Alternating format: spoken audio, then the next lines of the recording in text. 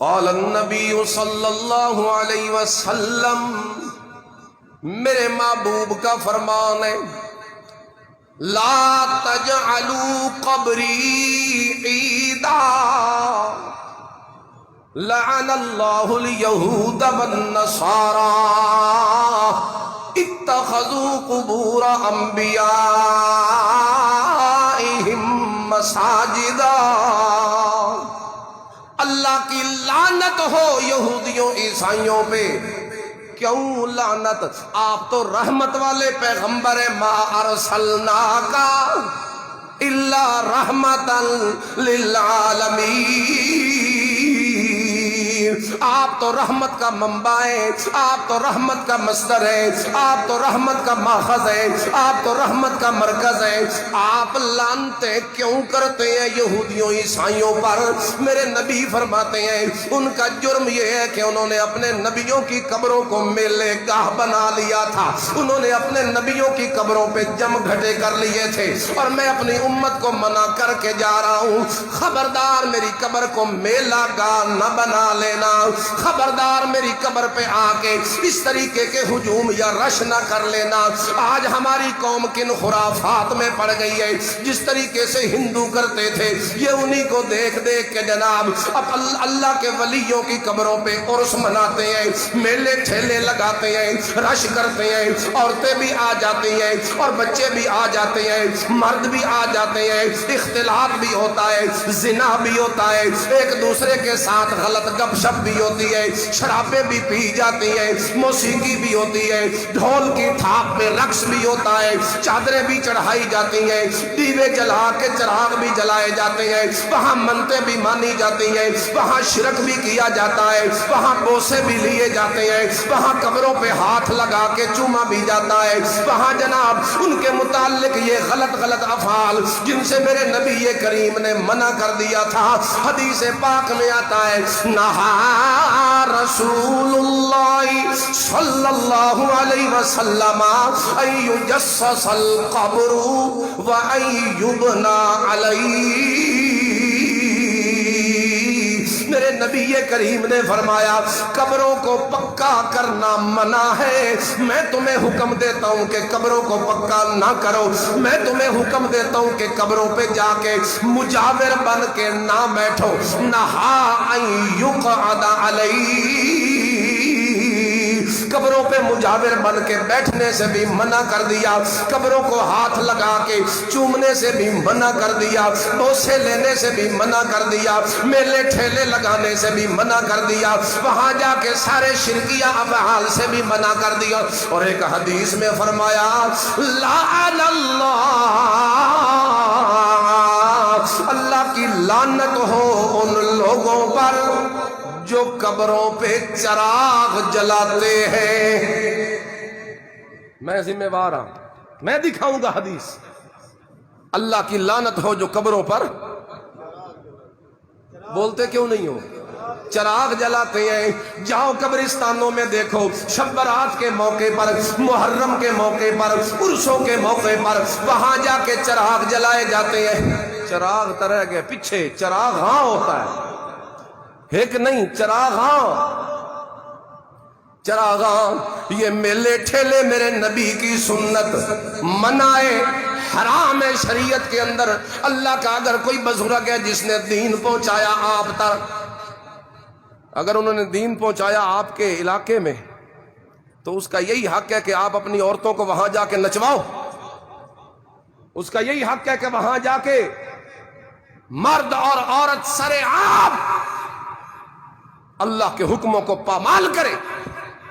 تم یہی ان کو اجر اور صلہ دیتے ہو کہ انہوں نے تم تک دین پہنچایا، اور تم ڈھول لے کے ان کی قبر پہ پہنچ گئے۔ اے ڈھول کی تھو جائز ہے، اے تدسو چلو باقی مسئلے تا اختلاف ہے تو ویسے تو اختلاف نہیں، میرے نبی نے کہہ دیا تو اختلاف کہاں سے آیا؟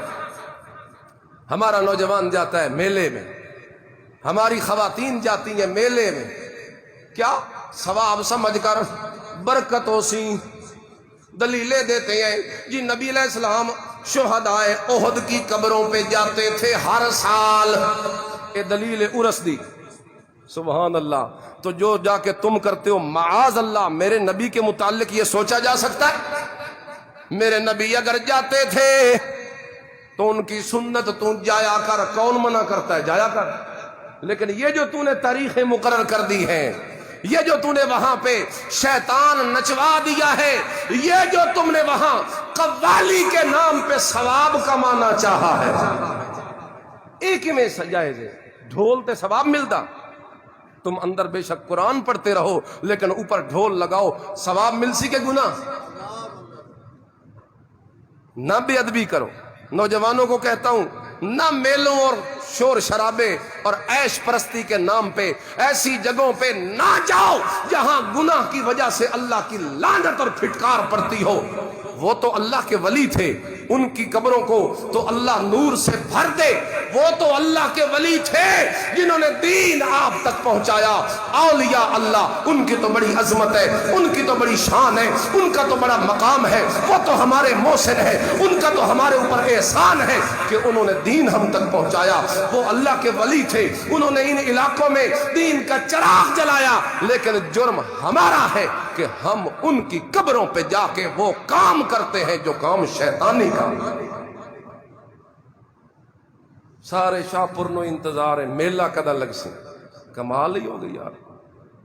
اولیاء اللہ کی عظمت برحق، انہیں ان کی عظمتوں کو سینوں میں رکھو. ان کی عظمت نہ ہو تو میں تو کہتا ہوں تمہارا ایمان بھی مکمل نہیں.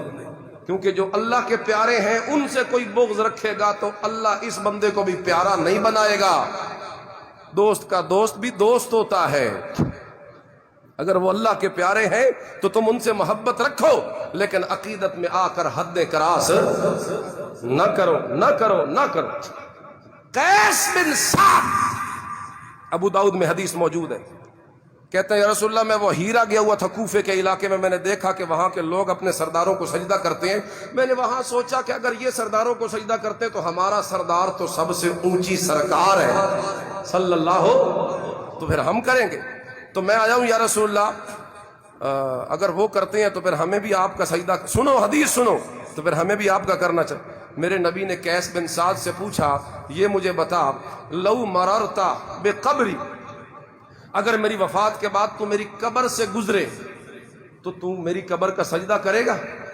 قیس بن سعد کہنے لگے، لا لا یا رسول اللہ، آپ کی قبر کا سجدہ تو نہیں، سجدہ تو اللہ کا ہوتا ہے. تو فرمایا اگر زندگی میں میری موت کے بعد میری قبر کا سجدہ کرنا اگر جائز نہیں تو زندگی میں بھی میرا سجدہ کرنا جائز ہے.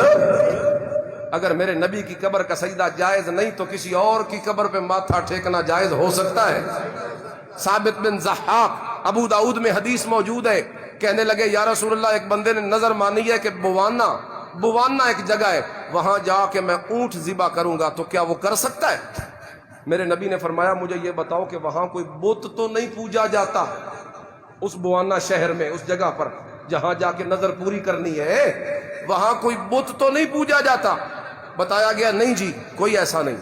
دوسرا سوال میرے نبی نے کیا، ہل کان فیہا عید من اعیادہم، وہاں کوئی میلہ یا عرس تو نہیں لگتا ان کا؟ وہاں ان کا کوئی میلہ تو نہیں لگتا؟ فرمایا گیا نہیں یا رسول اللہ. فرمایا اب جاؤ نظر پوری کرو. میں تو صرف اس لیے پوچھ رہا تھا کہ اگر وہاں شرکیہ کام کیا جاتا ہے تو شرکیہ کام جہاں پہ ہو وہاں اللہ کی عبادت کرنی بھی جائز نہیں، کیونکہ شک پہ ویسی کہ یہ اللہ کا سجدہ ہو رہا ہے یا قبر کا ہو رہا ہے، یہ نظر نیاز اللہ کی دی جا رہی ہے یا بازار والے کی دی. جہاں پہ شرکیہ کام ہو رہا ہو وہاں جب اللہ کی عبادت کرنی جائز نہیں تو اناندی کرنی کی میں جائز ہوگی. یہ حدیثیں ہیں، میں کہاں لے جائیں ان کو؟ سمجھ آ گیا یہ میلے کا مسئلہ بھی آپ کو؟ اللہ ہم سب کو دین حق کی سمجھ نصیب فرمائے. افطاری کے وقت انفرادی طور پر یا اجتماعی طور پر ہاتھ اٹھا کر دعا مانگنا جائز ہے؟ جائز ہے. انفرادی طور پہ آپ دعا مانگیں یا اجتماعی طور پہ اسے اگر آپ ضروری نہ سمجھیں تو کبھی مانگ لیں تو کیڑا کفر اسلام دا مسئلہ. آؤ سنت کا موقع ہے، دعا کی قبولیت کا وقت ہے. حدیث میں آتا ہے افطاری کے وقت فضول باتیں یا اس وقت بھوک سے زیادہ دب کر غصے ہونے کی ضرورت نہیں، ہاتھوں کو اٹھا کے دعا مانگنا شروع کریں. کیا برسی کرنا اور دعوت میں جانا ٹھیک ہے؟ برسی کرنا، یہی تو میں کہہ رہا ہوں، ان کی کوئی حیثیت نہیں. جب وہ چیز ہی ٹھیک نہیں ہے تو دعوت میں جانا کیسے ٹھیک ہو گیا؟ لہذا ثواب آپ بے شک پہنچائیں.